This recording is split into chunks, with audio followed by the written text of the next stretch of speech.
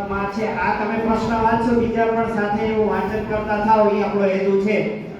અને ભારતના પ્રથમ મહિલા શિક્ષિકા કોણ હતા જે ચિત્રમાં તમે જોઈ રહ્યા છો મિત્રો એ સાવિત્રીબા ફૂલે છે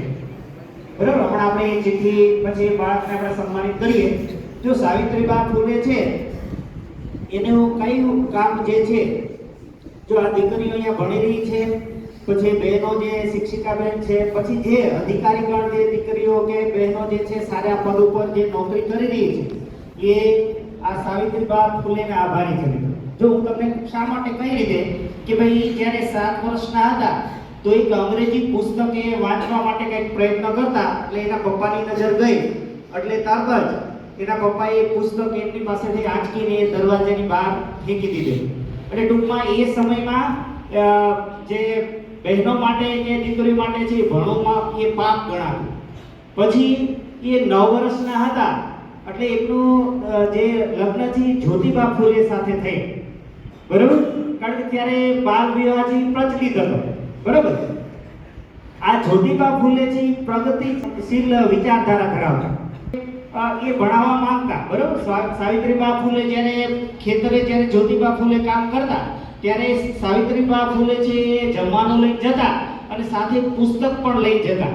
અને એ પુસ્તકની એ તૈયારી જ્યોતિબા ફૂલે છે કરાવતા આ વાતની ખબર જ્યોતિબા ફૂલેના પપ્પાને ખબર પડી એના ફાધરને એટલે તરત જ જ્યોતિબા ફૂલેને બોલાવ્યા કે ભાઈ આપણે છે ને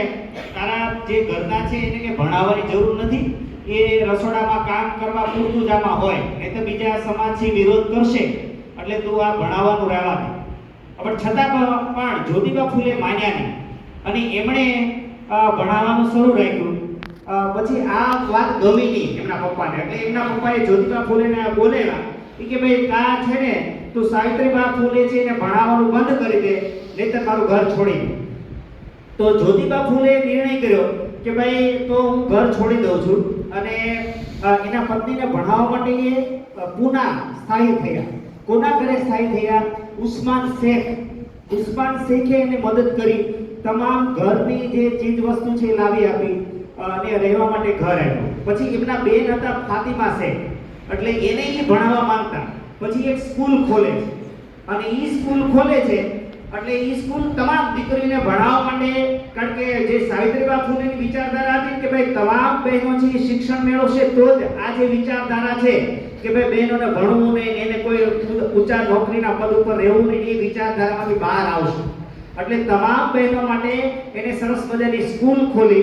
અને પણ હવે ત્યારે અડચણ ઘણી આવતી સ્કૂલે જતા ત્યારે ઘણા પથ્થરના ઘા કરતા પછી છાણ હોય તો એના ઉપર જે સાડી પહેરીને આવે તો છાણનો ઘા કરી દીધો એટલે સાડી છે છાણવાળી થાય પછી હવે એમણે શું વચલો રસ્તો કાઢ્યો એટલે એ બીજી સાડી લઈ જતા અને એ બીજી સાડી લઈને જાય એટલે છાણવાળી જે સાડી થઈ હોય એ ત્યાં મૂકી દે અને બીજી નવી સાડી પહેરી અને દીકરીઓને છે એ ભણાવતા એટલે આવે અને પોતાને કોઈ સંતાન નહોતું નિસ્વાર્થ ભાવે એ આ કામ કરતા એટલે એની જે ઈચ્છા હતી કે તમામ દીકરીઓ છે સરસ મજાનું શિક્ષણ મેળવે અને ઊંચા પદ ઉપર બિરાજમાન થાય એવી સરસ મજાની જે વિચારધારા હતી તો એમની જે આ વિચારધારા એને કારણે આ દીકરીઓ ભણી રહી છે અને બહેનો છે એ નોકરી કરી રહી છે તો એમની આ વિચારધારાને આપણે જોરદાર તાળીઓથી વંદન આપણે કરીએ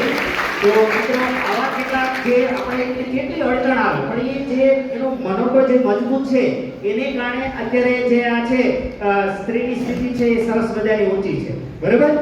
એટલે મિત્રો આ કેટલીક બાબતો છે આપણે ધ્યાનમાં લેવી પડે સારું ઓકે તો હવે આપણે જોઈએ ધોરણ 9 માંથી બરાબર આપણે સન્માનિત કરીએ સાવિત્રીબા ફૂલે મહિલા જ હતા તો આપણે પ્રારંભ બરાબર ગીતાબેન આવો તમે ધોરણ 9 તો આપણે ધોરણ 9 માં જોઈએ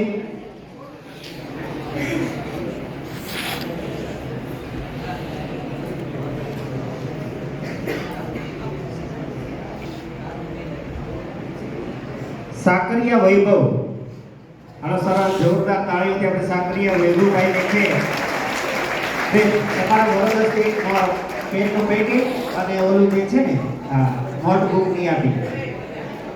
ઓકે સાકરિયા વૈભવભાઈને આપણે અહીં આવી જવું સરસ જો મિત્રો આપણો હેતુ એ છે આ છે સંપૂર્ણ જે બધા બાળકો ભાગ લેતા થાય એવું આપણે કરવું છે. સરસ, વેરી ગુડ ભાઈ. હાલો. ઓકે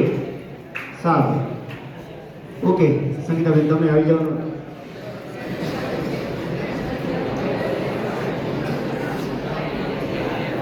ઓકે હવે ધોરણ 10 માં જોઈએ. ખટાણા નૈતિકભાઈ જવાબ પણ એનો સાચો છે. સાવિત્રીબાઈ ફૂલે યસ. નૈતિકભાઈ ઓકે સરસ. નૈતિકભાઈને પણ પેલું પેકેટ અને નોટબુક સાથે આપણે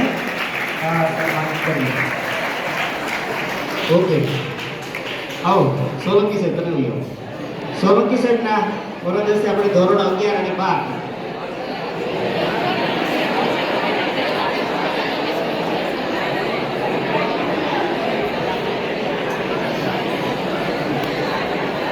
11 પરમાર સુમિતભાઈ આવી જાઓ. યસ સરસ. ઓકે જો આ મિત્રોએ આ રસ પણ લેતા થયા આપણે અગત્યનું છે એનું સન્માન છે અને તમામ બાળકો છે એ સામાન્ય જ્ઞાન આપણું વધે એ માટે આપણે પ્રયત્ન કરી રહ્યા છે. સરસ. Okay thank you. સારું મિત્રો જો હવે આજે પ્રશ્ન પણ આપી દઉં છું. નવો પ્રશ્ન જોઈએ કયો છે.